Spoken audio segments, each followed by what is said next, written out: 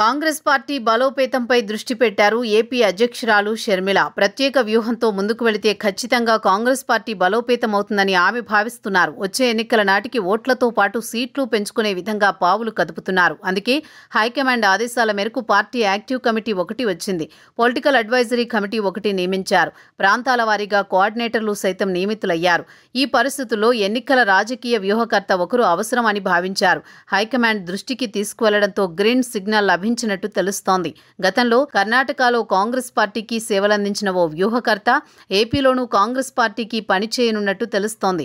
ఆయనతో షర్మిల కీలక భేటీ జరిగిందని, డీల్ పూర్తయిందని వార్తలు వినిపిస్తున్నాయి. దేశంలో ప్రస్తుతం ఉన్న ఎన్నికల రాజకీయ వ్యూహకర్తలు ఐపాక్ నుంచి వచ్చిన వారే. ప్రశాంత్ కిషోర్ నేతృత్వంలోని ఐపాక్లో పనిచేసిన చాలా మంది సొంతంగా వ్యూహ బృందాలు ఏర్పాటు చేసుకుని వివిధ రాజకీయ పార్టీలకు సేవలందిస్తున్నారు. టీడీపీకి సేవలందిస్తున్న రాబిన్ శర్మ, వైఎస్ఆర్ కాంగ్రెస్ పార్టీకి సేవలందిస్తున్న రిషిరాజ్ సింగ్ సైతం ఒకప్పటి ప్రశాంత్ కిషోర్ సహచరులే. కర్ణాటకలో గతంలో కాంగ్రెస్ అధికారంలోకి వచ్చేందుకు కీలక పాత్ర పోషించారు senior political strategist Mohammed Khurshid Hussain. కర్ణాటకలో తన రాజకీయ వ్యూహాలతో కాంగ్రెస్ పార్టీని అధికారంలోకి తెచ్చిన పేరు ఆయనకుంది. ఏపీలో సైతం కాంగ్రెస్ పార్టీకి ఆయన సేవలందిస్తారని తెలుస్తోంది. ఇక తెలంగాణ సీఎం రేవంత్ రెడ్డి సహకారంతో ఏపీలో కాంగ్రెస్ పార్టీ బలోపేతానికి కృషి చేయాలని సీనియర్ నేత కేవీపీ రామచంద్రరావుపై కమాండ్ ఆదేశించింది.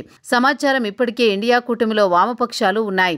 వాటి సహకారంతో ప్రజా పోరాటాలు చేస్తూనే రాజకీయ వ్యూహాలు రూపొందించాలని సూచించినట్టు సమాచారం. అయితే రాజకీయ వ్యూహకర్తగా ఉంటే కానీ అది సాధ్యం కాదని ఒక నిర్ణయానికి వచ్చినట్టు తెలుస్తోంది. ఒకవైపు రాజకీయ సలహాదారులను నియమిస్తూనే విజయవాడలో అందరికీ అందుబాటులో ఉండేలా స్థిర నివాసం ఏర్పాటు చేసుకోవాలని షర్మిల భావిస్తున్నట్టు విశ్వసనీయ సమాచారం.